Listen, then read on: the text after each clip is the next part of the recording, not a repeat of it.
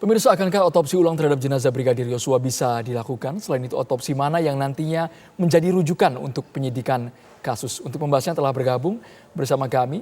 Nanti kami coba menghubungi kuasa hukum keluarga Brigadir Yosua, Martin Lukas Simanjuntak. Kemudian ada Ketua Harian Kompolnas yang sampai sekarang belum bergabung, Irjen Pol Purnawirawan Beni Yosua Mamoto. Yang saat ini sudah bergabung dengan kami adalah Ketua Departemen Forensik RSCM, Dr. Ade Firmansyah. Dr. Ade, kami ingin tahu mengenai pernyataan dari pihak keluarga Brigadir Yosua menemukan ada kejanggalan dan meminta otopsi ulang. Kan sekarang hasil otopsi juga belum diumumkan ke pihak keluarga, tapi meminta otopsi ulang. Seperti apa dokter menyorotinya?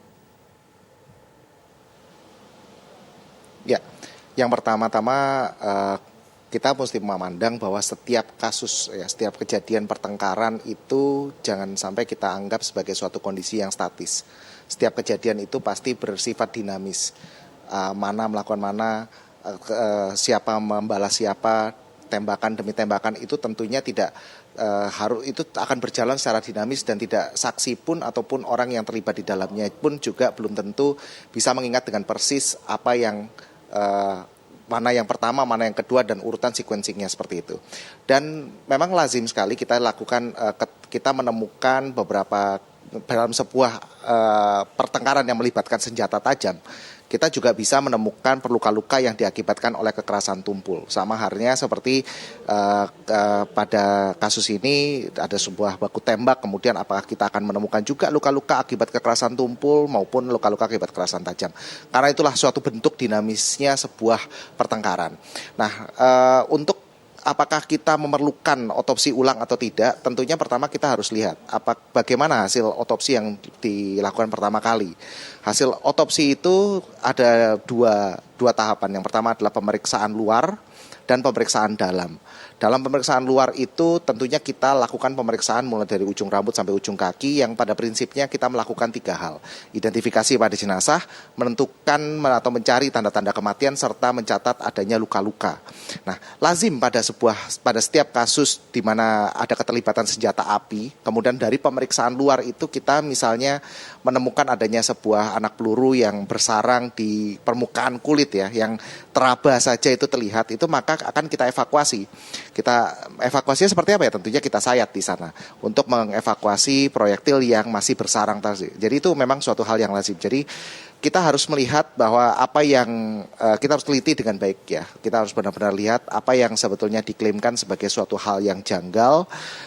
Ini apakah memang memerlukan penyelidikan lebih lanjut atau memang tidak, atau sebetulnya memang adanya sebuah misinformasi atau perbedaan pemahaman antara ahli sebagai dokter spesialis forensik dengan masyarakat awam.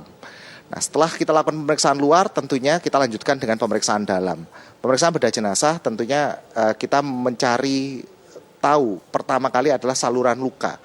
Bagaimana sebuah anak peluru itu ataupun suatu kekerasan itu mengenai tubuh, melewati mana, dan kemudian dia akan menimbulkan kerusakan di organ mana saja. Kadang-kadang anak peluru itu kehilangan gayanya dan berhenti di dalam tubuh. Ada juga yang keluar dari tubuh menimbulkan luka tembak keluar. Nah, ini berbeda di situ. Jadi ketika anak peluru itu masih memiliki gaya yang cukup kuat, dia bisa saja ketika menembus satu organ, kemudian dia menembus organ yang lainnya. Yang mungkin itulah yang kalau saya dengarkan ada kok berbeda sekian tembakan dengan adanya sekian lubang. Karena pernah juga kita temukan adanya bagaimana itu suatu anak peluru masuk, kemudian dia masuk melalui lengan, kemudian dia menembus lagi ke dada. Jadi lubang masuknya itu masuknya ada 2. Ada dari lengan, kemudian saluran lukanya menembus ke dada dan akhirnya bersarang di dada. Jadi semacam itu. Jadi ini yang sebetulnya harus kita lihat dengan benar. Dan memang visum ini, hasil pemeriksaan kedokteran forensik yang sudah dilakukan, hasil otopsinya itu memang karena pro justisia akan digunakan dalam proses peradilan. Dibuka di dalam proses peradilan, digunakan oleh penyidik, jaksa, dan nanti akan dijelaskan oleh ahli di dalam sidang pengadilan. Baik. Mungkin Dr. Ade, pendapat saya seperti itu, Pak. dari pandangan kasat mata pihak keluarga ini kan menduga ada sayatan di bagian wajah dan tubuh. Apakah pendapat tersebut bisa sama dengan hasil otopsi atau bisa berbeda? Ya itu tadi, luka yang ditemukan pada awal pemeriksaan luar maupun pada setelah dilakukan otopsi itu bisa saja bisa berbeda ya. Misalnya seperti tadi yang saya sampaikan. Ketika kita menemukan adanya sayatan pada saat kita melakukan bedah jenazah dan kemudian kita menemukan adanya proyektil, tentunya mau nggak mau ya untuk evakuasi ya pasti kita sayat begitu ya. Kita buka agar kita bisa evakuasi proyektil tersebut dan kemudian kita periksa. Nah, tapi hasil sayatan itu tidak berarti bukan kita masukkan sebagai suatu perlukaan karena memang itu bukan luka yang diakibatkan oleh tindak kekerasan, tapi luka yang disebabkan oleh prosedur kedokteran forensik pada saat kita melakukan pemeriksaan. Jadi kita mesti lihat dulu nih apakah memang bagaimana hasil yang ditemukan oleh pihak dokter pemeriksa yang pertama, apakah itu memang ada atau tidak dan bagaimana bentuknya. Dan itu nanti memang pasti akan dibuka di dalam proses peradilan. Selain itu Dokter Adi, yang menjadi sorotan adalah bekas luka tembakan. Apakah dari hasil otopsi ini juga menyertakan jarak tembak atau kekuatan proyektil peluru yang mengenai tubuh dari Brigadir Yosua? Dekat atau jauh? Sesaat lagi Dokter Adi dijawab, kita harus jeda dulu hanya di Kabar Petang pemirsa.